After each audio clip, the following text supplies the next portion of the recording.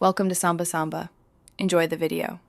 You'll start by installing Privacy Badger and enabling it immediately. Open your browser's extension store, search Privacy Badger, and click Install. Allow the minimal permissions it requests so it can run. Once done, pin the extension to the toolbar so it's visible.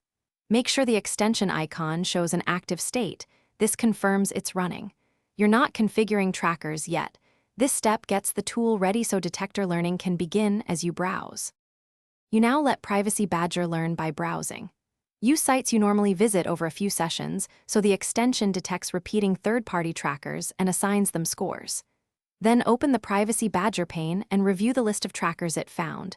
You'll see green, yellow, and red toggles. Once you identify a tracker causing breakage, change its setting. Allow, block, or block cookies only. Make sure to test pages after changes to confirm functionality. Finish by tuning Privacy Badger for daily use. Export settings if you want a backup.